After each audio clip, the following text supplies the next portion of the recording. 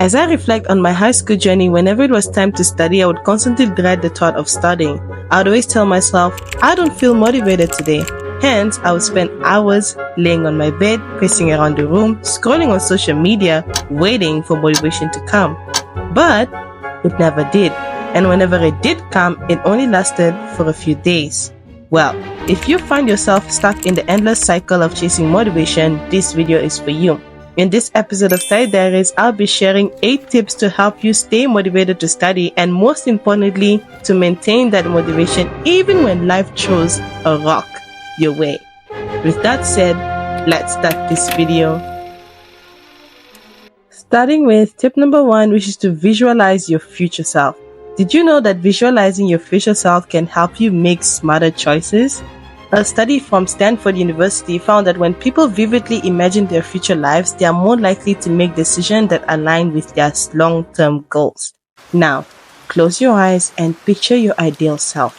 Who is she? What does she do every day? Where does she work? What kind of lifestyle does she have? How does she spend her free time? The more detailed your vision, the more real it feels, and the easier it becomes to make decisions that bring you closer to that future. For example, if you see yourself as a successful doctor, businesswoman, or an educator, you will naturally feel more motivated to put in the necessary work now, whether it's studying, improving your skills, or maintaining a disciplined routine. One way to make this even more powerful is by creating a vision board. Gather pictures from Pinterest, quotes, or anything that represents your dreams and display them somewhere visible.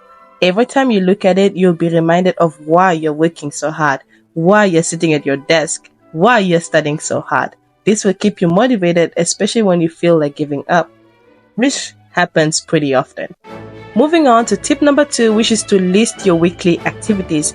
If you feel like you don't have enough time to study, chances are you're not using your time effectively. The first step to managing your time better is to write down everything you do in a week. Include class schedules, work shifts if any, free time activities e.g. social media, Netflix, gaming, chores, and responsibilities. Once you have everything listed, analyze where your time is going. Are there large gaps? Are you spending too much time on distractions? Now, split your activities into 2 categories: non-negotiables, things you must do, like attending classes, sleeping, or work. Negotiables, things you can adjust or reduce. For example, scrolling through social media, gaming, or long hangouts. For example, if you notice that you spend 3 hours a day on TikTok, consider reducing it to 1 hour and using the extra time to study. The goal is not to eliminate fun activities, but to create a balance that allows you to be productive. Tip number 3 is to pick the best time to study.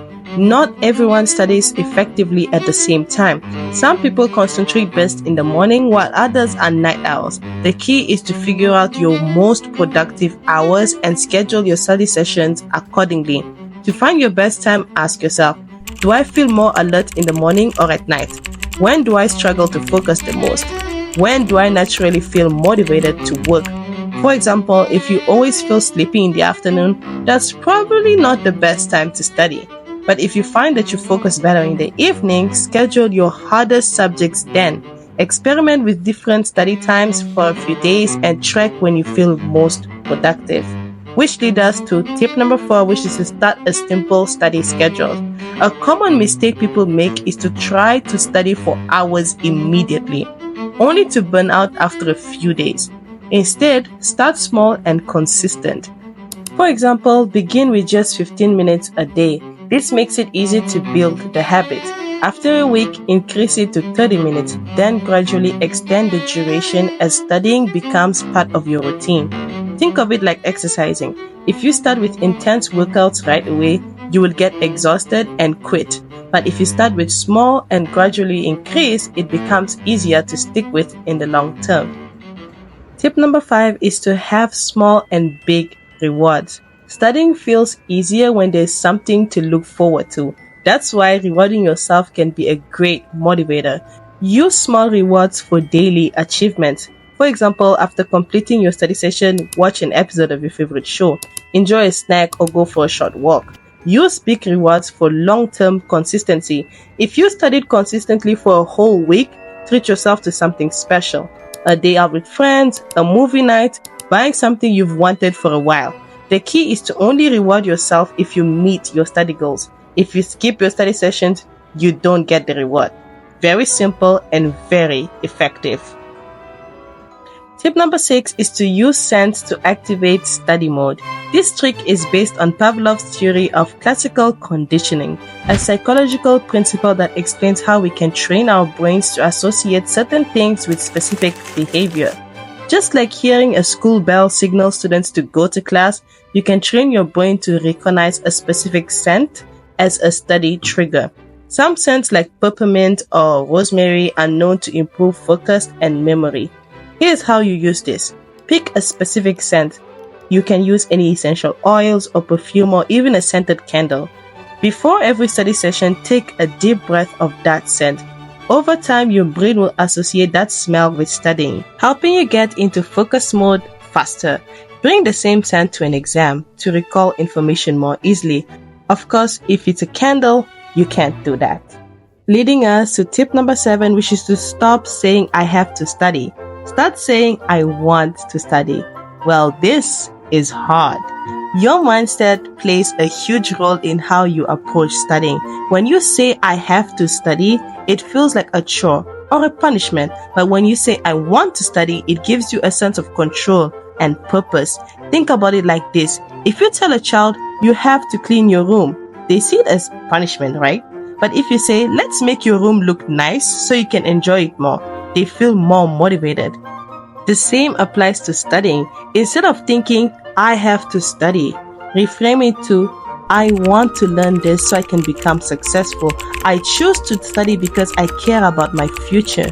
Changing your words can change your attitude, making studying feel less like a burden and more like a choice you're making for yourself.